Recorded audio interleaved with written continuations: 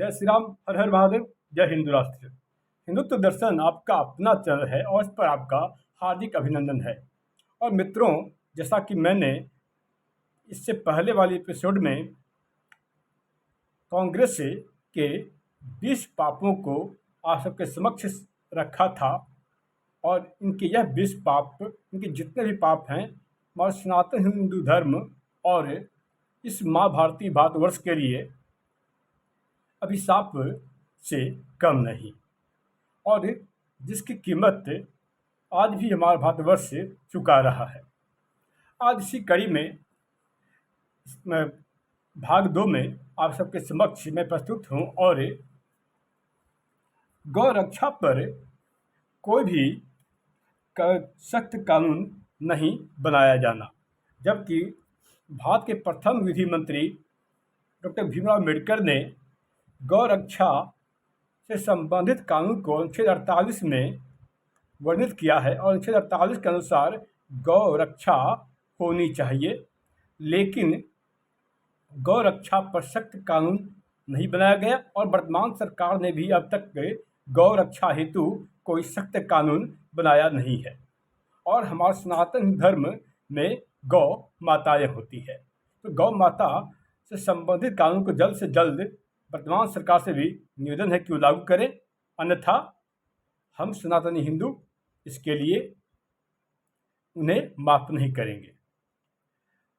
Number 22 अनुच्छेद 48 के आधार पर समान नागरिक संहिता की बात सर्वप्रथम भारत के प्रथम विधि मंत्री डॉक्टर भीमराव अम्बेडकर ने किया था और सन 1947 में उन्होंने इस बात का वर्णन किया था कि संविधान में समान नागरिक संहिता का भी प्रावधान हो, लेकिन अनुच्छेद 44 आज तक लागू हो नहीं पाया।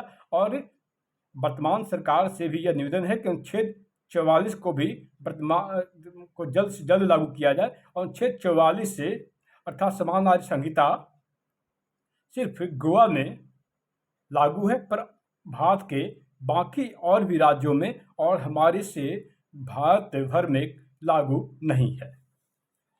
अतः अनुच्छेद 44 और अनुच्छेद 48 को लागू करने का हम सभी का निवेदन है और पूर्ववर्ती सरकारों ने अनुच्छेद 44 और अनुच्छेद 48 को लेकर के कभी कोई सीरियस भूमिका नहीं निभाया। ठीक ऐसे ही FCRA जैसी भारत को अंदर ही अंदर खोखला करने वाली कानून को लागू करने वाली भी वही कांग्रेस सरकार थी, इसने इससे FCRA को लागू किया, यानी फॉरेन करेंसी रेगुलेशन एक्ट, और इसे जल्द से जल्द समाप्त किया जाना चाहिए क्योंकि यह इस भारतवर्ष को अंदर ही अंदर खोखला करने का कार्य कर रही है। ठीक ऐसे ही एक तरफ तो ये कहा जाता है कि भारत धर्मनिरपेक्ष राष्ट्र है। अगर भारत धर्मनिरपेक्ष राष्ट्र है, सबसे पहले तो कोई भी देश धर्मनिरपेक्ष हो ही नहीं सकता, और हमारा देश सेकुलर कंट्री है। सेकुलर से तात्पर्य यहाँ होता है मजहब निरपेक्ष, संप्रदाय निरपेक्ष, पंथ निरपेक्ष। धर्मनिरपेक्ष हो ही नहीं सकता, क्योंकि कोई भी देश यदि धर्मनिरपेक्ष हुआ तो वह सफलता की सीढ़ी चढ़ नहीं सकता और तो विश्व गुरु के रूप में प्रतिस्थापित हो नहीं सकता। और भारतवर्ष को पुनर्स्थापित करने के लिए भारत जल्द से जल्द इस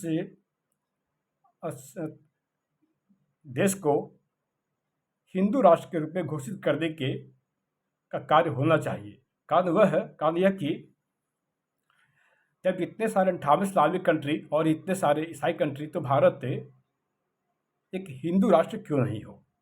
और तो मैं इस मुद्दे पर था कि भारत यदि सेकुलर कंट्री है, पंथ निरपेक्ष देश है, तब यहाँ पर हज यात्रा, हज सब्सिडी किस लिए? अगर हज सब्सिडी है तो हज सब्सिडी है तो इस आधार पर तीर्थ यात्रा पर कर क्यों? अगर हज सब्सिडी है तो तीर्थ यात्रा पर भी सब्सिडी का प्रावधान करना चाहिए। क्योंकि देश, इनके कहे अनुसार, देश सेक्युलर अर्थात धर्मनिरपेक्ष राष्ट्र है। तो अगर देश धर्मनिरपेक्ष या सेक्युलर कंट्री है तो या तो मुस्लिमों के लिए भी हज पर कर लगे और हिंदुओं के तीर्थ यात्रा पर भी कर लगे, या नहीं तो हज सब्सिडी है तो हम सनातनी हिंदुओं के लिए भी तीर्थ यात्रा पर सब्सिडी का प्रावधान किया जाए। ठीक ऐसे ही पाकिस्तान जैसे चीर प्रतिद्वंदी जो हमेशा ही भारत के खिलाफ आतंकवाद को फैलाने का कार्य करता आ रहा है, इसे मोस्ट फेवर्ड नेशन के रूप में कैसे रखा गया?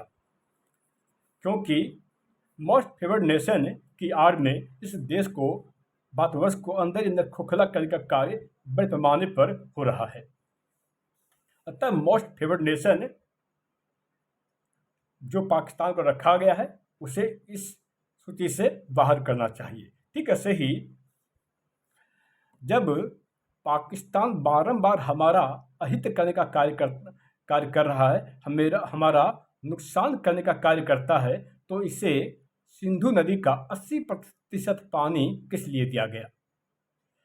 जो देश बारंबार हमारे देश में आतंकवाद को फैलाने का कार्य करता है, आतंकवाद की जड़ों को मजबूत करने का कार्य करता है और हमेशा ही इससे भारतवर्ष के विरुद्ध रहता है, उससे सिंधु नदी का 80% पानी किस लिए? और यह वही कांग्रेस है जिसने पाकिस्तान जैसे देश इस्लामिक देश के रूप में मान्यता दी, और जिस पाकिस्तान में पहले 29% हिंदू हुआ करता था, आज उस पाकिस्तान में मात्र 1.5% हिंदू रह गए हैं। वर्तमान में आज पाकिस्तान में सिर्फ 45 लाख हिंदू रह गए हैं। लेकिन कभी पाकिस्तान में आए दिन हमारे सिख बंधुओं, हमारे हिंदू बंधुओं के साथ अत्याचार होता है, अनाचार होता है, उनके साथ उन पर ज्यादती होती है। इस पर कभी कांग्रेस सरकार मुखर नहीं होती, इस पर मुंह में दही जमाए रखती है। यह वही कांग्रेस पार्टी जिसने स्वामी श्रद्धानंद की हत्या करने वाले का केस लड़ा और उसे हमारे तथाकथित महात्मा गांधी उसे अपना भाई के रूप में मानते थे, भाई के रूप में बताते थे। ज्ञात हो कि स्वामी श्रद्धानंद इस तथाकथित महात्मा गांधी के गुरु के रूप में थे, गुरु हुआ करते थे। अर्थात यस तथाकथित महात्मा गांधी गुरु का हत्यारा का केस भी लड़ा। यह वही कांग्रेस पार्टी जिसने लाल बहादुर शास्त्री की हत्या जब हुई और उसको लेकर के आज भी यह संदेह के घेरे में है कि ताशकंद समझौते के बाद लाल बहादुर शास्त्री की हत्या का रहस्य अभी तक रहस्य बना हुआ है। इस दुष्ट अधर्मी कांग्रेस पार्टी ने संविधान के अनुच्छेद 371 में वर्णित व भारत सरकार अधिनियम 1935 को निरस्त नहीं किया। इस भारत सरकार अधिनियम 1935 में 200 से ज़्यादा अधिनियम आर्टिकल सनातन हिंदू धर्म के विरुद्ध है। तो आज़ाद भारतवर्ष में भारत सरकार अधिनियम 1935 में 200 से ज़्यादा अनुच्छेद को किस लिए है, क्यों इसे समाप्त नहीं किया गया? नेताजी सुभाष चंद्र बोस की हत्या करवाने के पीछे भी इसी कांग्रेस का हाथ रहा है, क्योंकि तथाकथित पंडित जवाहरलाल नेहरू ने सुभाष चंद्र बोस से संबंधित गुप्त जानकारी सुभाष चंद्र बोस के शत्रुओं को दी थी। इस संबंध में नेहरू के द्वारा ब्रिटेन के प्रधानमंत्री क्लीमेंट एटली को लिखा गया पत्र भी दिल्ली के नेशनल आर्काइव में मौजूद है। यह वही कांग्रेस पार्टी है जिसने अमर हुतात्मा चंद्रशेखर आज़ाद की मुखबिरी भी की थी। यह कांग्रेस जिसे हम सन 1885 ईस्वी में इसकी स्थापना हुई थी, वह प्रारंभ से लेकर अभी तक नेताजी सुभाष चंद्र बोस और चंद्रशेखर आज़ाद और लाल बहादुर शास्त्री के मामले में इनकी भूमिका संदिग्ध है। ये वही कांग्रेस पार्टी जिसने डॉक्टर श्यामा प्रसाद मुखर्जी की हत्या करवाई। ज्ञात हो कि डॉक्टर श्यामा प्रसाद मुखर्जी भारतवर्ष के प्रथम ऐसे नेता थे जिन्होंने केंद्रीय मंत्रिमंडल से इस्तीफा दिया। आज भी इतिहास के विद्यार्थी या संविधान के विद्यार्थी को ये पता होगा कि भारत के इतिहास में केंद्रीय मंत्रिमंडल से सबसे पहले इस्तीफा देने वाले व्यक्ति नेता श्यामा प्रसाद मुखर्जी थे। यह वही कांग्रेस पार्टी ने पाकिस्तान जैसा अस्थायी रोग भारत को दिया और पाकिस्तान जैसे इस्लामिक कंट्री जो बना एक नफरत के आधार पर बना और आज इसका दंश वो तो स्वयं झेल रहा है और हम सभी झेल रहे हैं। यह वही कांग्रेस पार्टी है वह इनके तथाकथित कांग्रेसी पंडित नेहरू ने नेपाल के राजा त्रिभुवन सिंह ने जब नेपाल के विलय का प्रस्ताव भारत में इनके समक्ष रखा, नेहरू के समक्ष रखा, तो हमारी तथाकथित पंडित नेहरू ने नेपाल के राजा त्रिभुवन सिंह के नेपाल में भारत के विलय के प्रस्ताव को ठुकरा दिया। अर्थात अखंड भारत हो सकता था, लेकिन उन्हें अखंड भारत बनाना इनके इरादे में ही नहीं था। यह खंडित भारत चाहते थे, अतः इन्होंने भारत को खंडित करने का कार्य ही किया। कांग्रेस से ही वह पार्टी जिसने सोमनाथ मंदिर के पुनर्निर्माण का विरोध किया। हम सभी को पता है कि यह वही कांग्रेस पार्टी है जिसकी स्थापना 28 दिसंबर 1885 ईस्वी को हुई थी और इसने सोमनाथ मंदिर के पुनर्निर्माण का विरोध किया था। यह वही कांग्रेस पार्टी है जो पूर्वी बंगाल में नोआखली में हिंदुओं की निर्मम हत्याओं पर चुप्पी साधे रही थी और अपने मुंह में दही जमा कर रखा था। तो यह आखिर इस कांग्रेस को हम माफ कैसे कर सकते हैं, इस पार्टी को जिसने पूर्वी बंगाल में नोआखली में हिंदुओं के पूर्वजों की नृशंस हत्या की गई और इस पर इन्होंने एक रत्ती भर शब्द भी नहीं कहा। हिंदुओं से जुड़े सभी पर्सनल लॉ या उनके हित में खड़े होने वाले सभी कानूनों को कांग्रेस ने समाप्त कर दिया। मुस्लिमों के लिए AIMPLB हो सकता है, ईसाइयों के लिए अपना अलग कानून हो सकता है, सिखों के लिए सिख गुरुद्वारा कमेटी हो सकता है, तो हिंदुओं के लिए सनातन बोर्ड क्यों नहीं। हिंदुओं से जुड़े सभी पर्सनल लॉ या उनके हित में खड़े होने वाले सभी कानूनों को इसी कांग्रेस ने समाप्त किया, खत्म किया। अर्थात यह सनातन द्रोही तो है ही, यह इस आर्यावर्त भारतवर्ष का भी दुश्मन है और इन्हें भारत माता की जय से इन्हें नफरत है। हमारे राहुल गांधी एक ऐसे नेता हैं जिन्हें कि भारत माता अनपार्लियामेंट्री वर्ड्स लगता है। भारत माता इन्हें असंसदीय भाषा लगती है।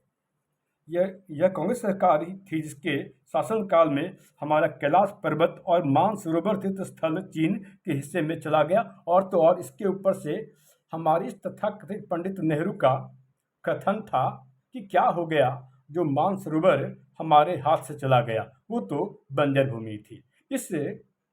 विषय पर महावीर त्यागी प्रतिपक्ष के तत्कालीन प्रतिपक्ष के नेता ने इन्हें जमकर सुनाया था।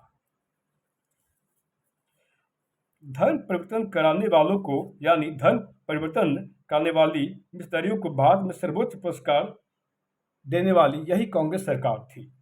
अर्थात इनके इरादे में था, इनकी मंशा ही यह थी कि यहाँ पर धर्म परिवर्तन हो, अर्थात धर्म परिवर्तन को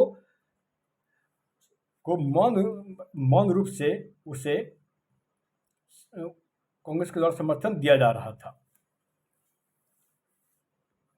यह वही कांग्रेस सरकार है जिसने राम मंदिर जन्मभूमि के खिलाफ कोर्ट में जोर शोर से वकालत की और इसके लिए इन्होंने अपने नामी गिरामी 40 वकीलों की फौज उतार दी थी कि राम मंदिर जो आज भव्य राम मंदिर बन रहा है वो बन ना पाए और हमारे राम हमेशा टेंट में ही रहें। ये कहते हैं कि हमारा हिंदुत्व और इनका हिंदुत्व के अनुसार हमारे राम जी टेंट में रहें, लेकिन इनका भव्य मंदिर नहीं बनना चाहिए। भला हो वर्तमान सरकार का कि आज उनके अथक प्रयास से हम सनातनी हिंदुओं के लिए भव्य राम मंदिर बन रहा है। हिंदू विरोधी सांप्रदायिक हिंसा बिल 2013 लाने का प्रयास भी इसी कांग्रेस सरकार ने किया था। अगर यह आ गया होता तो हम हिंदुओं के लिए, यहाँ के हिंदू के लिए एक अभिशाप से कम न होता, उनके लिए बहुत बड़ा सरदर्द हो गया होता। ये वही कांग्रेस सरकार है जिसके वजह से भारतवर्ष में 500 से ज़्यादा मिनी पाकिस्तान